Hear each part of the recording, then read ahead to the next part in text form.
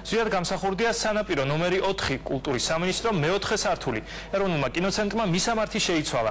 დღევანდელ პრეზენტაციაზე წლის კინომოვლენების შეჯამდა დასახელდა წლის წარმატებული ფილმებიც. პრეზენტაციაზე კინოცენტრის ხელმძღვანელმა საერთაშორისო კინოორგანიზაციებში საქართველოს გაწევრიანებასა და სხვა სიახლეებზეც გააკეთა აქცენტი.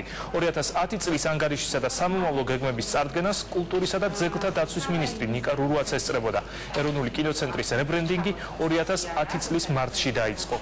კოპროდუქციის მხარდაჭერა, ანუ უმცირესი წილის კინოცენტრი არის ფაქტიურად ქვეყანაში ერთ-ერთი ორგანო, რომელიც